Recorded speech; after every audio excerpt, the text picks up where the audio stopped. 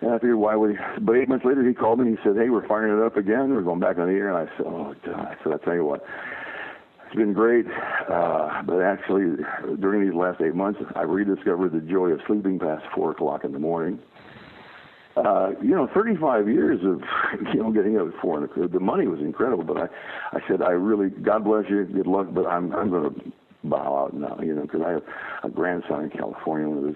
So he said, I totally understand. Would you do me a favor and come back and do 2 or 3 shows to get us going? Which I did. I did 4 shows, I think.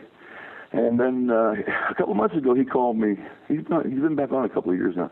He called me a couple of months ago, and he said, I have an idea. Would you be amenable to coming back 1 or 2 days, a year, and we'll do a whole show with just you? It used to be that I would do 1 character a day. Yes, it was Jack Nicholson and things like that. Jack Nicholson, right? Sure, George Patton and Ted Kennedy, and I would be there that day in makeup and costume as that character.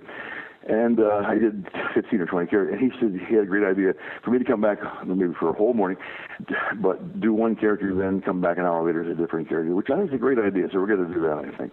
When you were working with Don Imus, I know he had quite a sort of high-profile feud with Howard Stern, who I knew they're quite rivals. Did Don Imus ever ask you to get involved in that? Because I know there were a lot of jingles sort of done, and I thought I recognized one of your voices on one of them. Oh, I'm not sure, but like... Oh, sure. And a lot of the stuff, because, again, I was with him 35 years. Yeah, I did a lot of the narration, the announcer parts on things.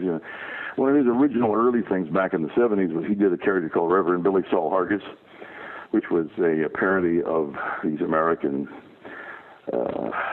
conservative preachers, Jesus loves you and you're going to go to hell and you don't come to church, And I was the announcer on that. My character's name was Billy Ray Jim Bob Thompson or something like that. And I would say, ladies and gentlemen, here he is, the man God sent you to listen to, Reverend Billy Saul Hargis.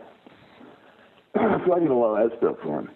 Nick, I'm going to have to go. I'm really sorry. I'm taking my wife out to dinner. Tomorrow's her birthday. Larry, I want to take the time out to thank you very much. I know it was a bit last minute we did this, but I really appreciate it, and it's great talking to you, man. Always a pleasure. Nick, I told you last time, I'm sure that you were a fine interviewer. You do a great job.